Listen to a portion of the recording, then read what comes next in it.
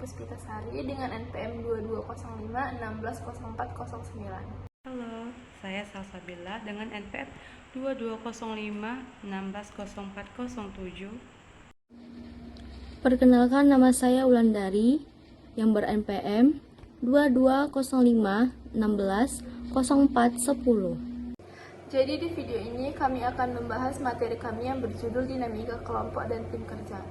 Manusia adalah makhluk sosial yang saling membutuhkan satu sama lain. Manusia tidak dapat hidup tanpa bantuan orang lain. Itu merupakan konsensus mutlak yang terdapat di benak setiap insan manusia. Karena sejatinya manusia tidak dapat hidup tanpa bantuan orang lain.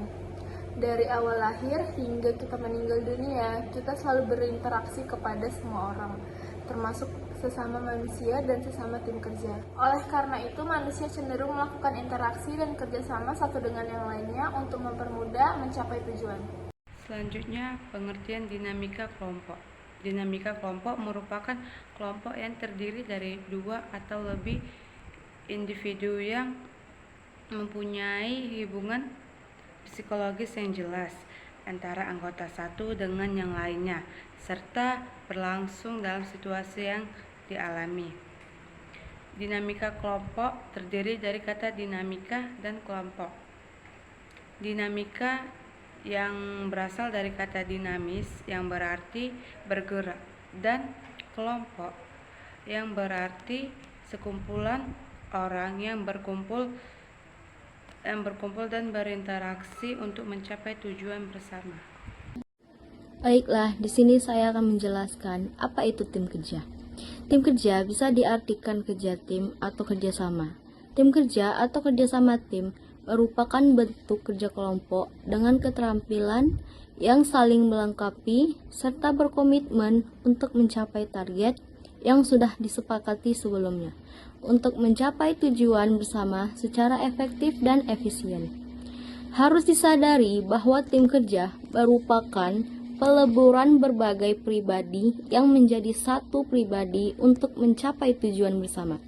Tujuan tersebut bukanlah tujuan pribadi, bukan tujuan ketua tim, bukan pula tujuan dari pribadi yang paling populer di tim. Selanjutnya ada jenis-jenis dinamika kelompok. Yang pertama ada kelompok primer, yang kedua ada kelompok sekunder, yang ketiga ada kelompok formal, dan yang keempat ada kelompok informal. Selanjutnya ada manfaat dan fungsi tim kerja. Bekerja dalam bentuk tim memiliki fungsi antara lain, yaitu dapat merubah perilaku, sikap, dan nilai-nilai pribadi, serta turut serta dapat mendisiplinkan anggota tim. Selanjutnya ada mengelola kelompok dan tim untuk kinerja tinggi. Pemimpin harus berjuang keras agar memiliki kelompok menuju pencapaian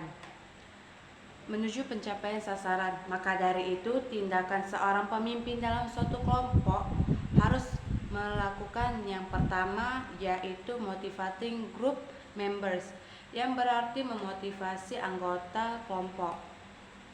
Manajer dapat memotivasi anggota kelompok dan tim untuk mencapai sasaran organisasi dengan membuat yakin para anggota kelompok bahwa mereka akan mendapatkan manfaat ketika kelompok atau tim berkinerja bagus.